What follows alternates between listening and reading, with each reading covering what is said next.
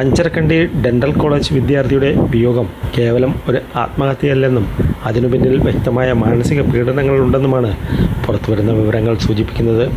നിതിൻ്റെ മരണത്തിന് പിന്നാലെ loan ആപ്പിനെതിരെ police കേസെടുത്തു. ലോൺ അടുത്തതുമായി ബന്ധപ്പെട്ട് ഇൻസ്റ്റാപേ എന്ന ആപ്പിൻ്റെ പ്രതിനിധികൾ നിതിൻ രാജിനെ നിരന്തരം ഭീഷണിപ്പെടുത്തിയിരുന്നതായി പോലീസ് കണ്ടെത്തി. പണം തിരിച്ചടയ്ക്കാൻ സമ്മർദ്ദം ചെലുത്തുകയും നിതിനെ മാനസികമായി തകർക്കുകയും ചെയ്തതിനാണ് പോലീസ് നിലവിൽ കേസെടുത്തിരിക്കുന്നത്. ലോൺ ആപ്പുകളുടെ ക്രൂരമായ പ്രവർത്തന രീതിയാണ് ഇവിടെയും വില്ലനായത്.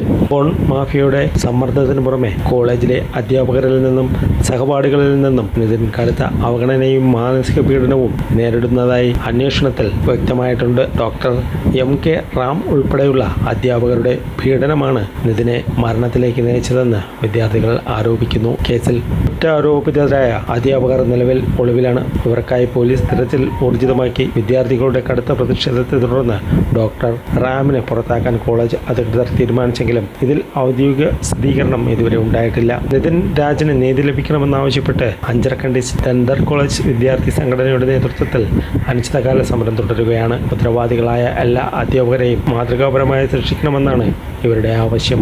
അതേസമയം സംഭവത്തിന്റെ ഗൗരവം കണക്കിലെടുത്ത് ആരോഗ്യ സർവകലാശാല നിയോഗിച്ച പ്രത്യേക അന്വേഷണ സമിതി അധ്യാപകരുടെയും വിദ്യാർത്ഥികളുടെയും മൊഴികൾ നേരിട്ട് രേഖപ്പെടുത്തി.